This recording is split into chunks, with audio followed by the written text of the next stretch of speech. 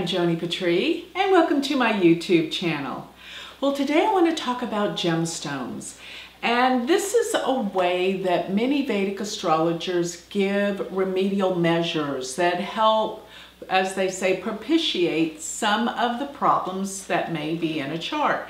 And many times they say that it can even bring out some of the karmas in a chart.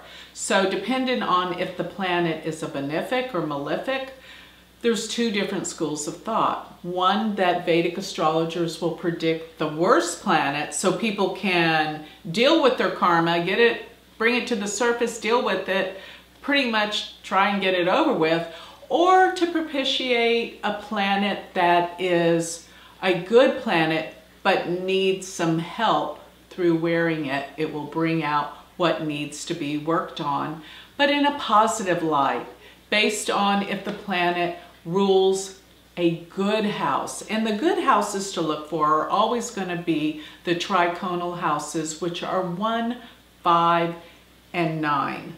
So if a planet rules 1, 5, or 9, whatever gemstone it is for will be the best one for you to wear pretty much. So let me go over what gemstones are for what planets and what they are here to do. The sun is the ruby, and of course the sun is our sense of power. It's our being, it's our spirit, it's our soul. So that is inspiration. The ruby will bring out our soul essence, our spirit. But depending on what houses it rules, if it rules a difficult house, then the sun is blocked in some way, but there can be a healing by wearing that gemstone. But as a rule of thumb, I don't like to prescribe or suggest, is a better word, suggest a gemstone that is the worst one, because it's harder to work on ourselves when we're in a very difficult place. It's harder to meditate, it's harder to feel good about things. So I like to suggest the planet that rules the good houses and is placed well so that people can empower themselves through wearing gemstones. That's my belief and philosophy. So going back, the moon is the pearl. And as you can see, I have on pearls. Yes, these are Vedic pearls. When I say Vedic, they're not heat treated or tampered with. They're the real thing that has the power that the planets have. When it's a real gemstone, and it is not heat treated or destroyed with dyes or oils or heats or laser, whatever, then they still have their power to heal. These gemstones are of the earth. They have power of the earth.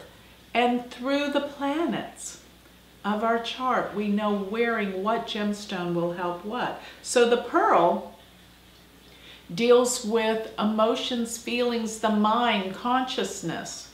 And depending on what houses, though, these planets rule in your chart is really the how you know what they will bring out. And I wear pearls many times when I speak because the moon rules my second house. I have a Gemini ascendant. So Gemini Cancer is on my second house, which is speech, which is wealth, prosperity, family. So I wear the pearls to bring out my speaking abilities. When I teach, I love to wear this strand of pearls to help me with my speech. So you see, there's different things dependent on your chart.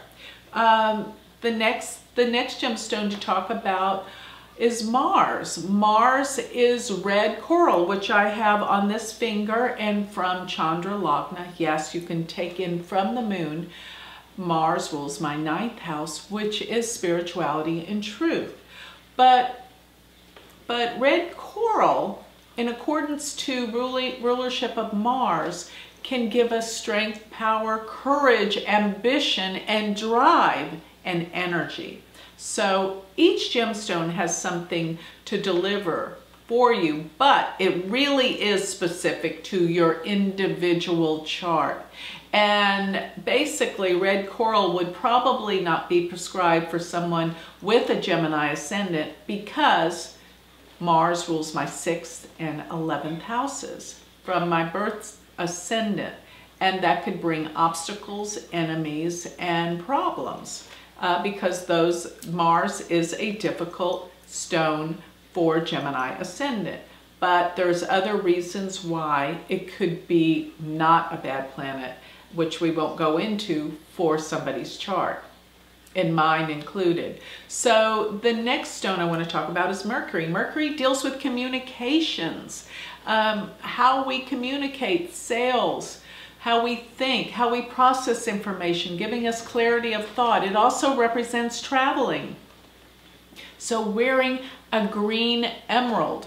And remember, I'm talking about the precious gemstones, not the semi-precious gemstones, because the precious gemstones are the most powerful. So an emerald is for Mercury and will bring out the ability to communicate better, to make plans, to think, and maybe that writing contract for a new book. Mercury can open the doors to that, so therefore the emerald is for that.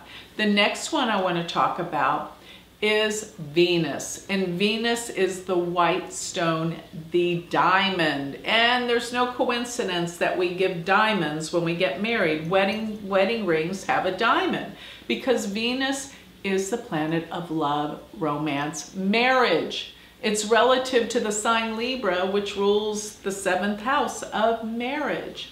So Venus can bring out love, relationship, and marriage, but please make sure what house it rules according to your ascendant and how Venus is placed in your chart.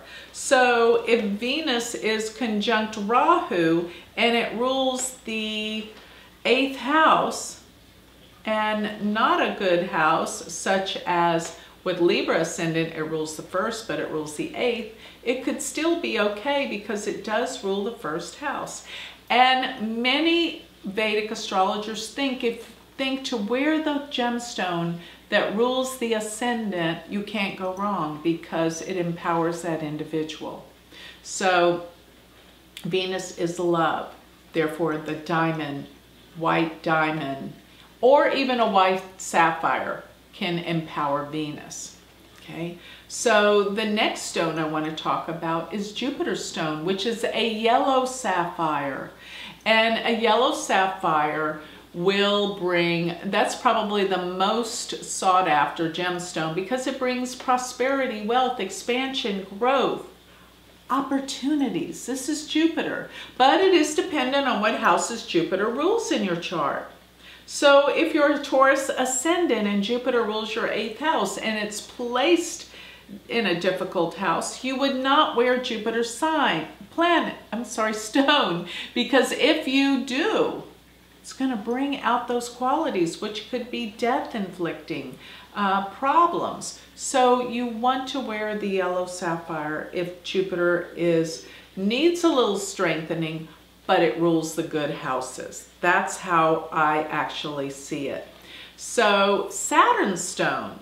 Saturn stone is the blue sapphire. So for those that need a little help, but their Saturn rules good houses, but they need the discipline and the focus to get things done, and they're a little scattered, wearing the blue sapphire could really center someone to make them be more disciplined, focused, get the job done. And relative to the houses it rules and its placement, it can really bring out some positive, great qualities in an individual.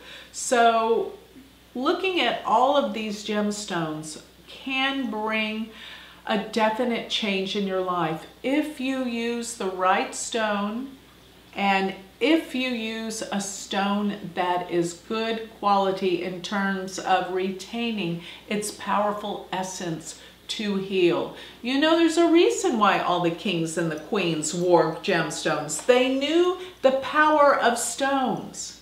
They knew the power that these could enact. Therefore, they had jewels and they had crowns made out of these gemstones. And remember that Hope Diamond, it seems like it's too much of a coincidence that everyone that came in contact with that Hope Diamond had tragedy in their life, severe tragedy. And that's the power that sometimes gemstones can emit. And the other gemstones come to the last part is the Rahu Ketu. The tiger's eye is for the Ketu and also for Rahu. And I wouldn't necessarily recommend wearing those because they are so intense. I mainly look at the planets and not the gemstones for Rahu or Ketu, because they can be way too intense and they can bring problems. So just looking at the planets in terms of their house rulerships and the gemstones that rule these planets, these are the ones that I would recommend. And yes, wearing gold or silver, does the gemstone have to touch your skin? Some say yes. I think just being in your auric field has an effect. And sometimes I like to tell my clients to try them out by holding them or having them under their pillow. Make sure you know the next morning so you don't lose it. But realize if it gives you a good sense, a feel, you will know. And gemstones have been used over the centuries to heal and help people empower their strengths in their lives. So with that, I'd like to close. If you would like more information, you can always go to my website, which is galacticcenter.org.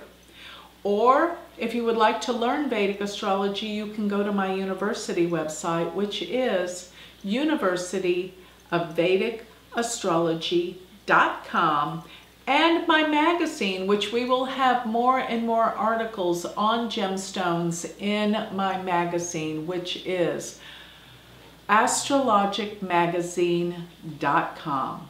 Thank you.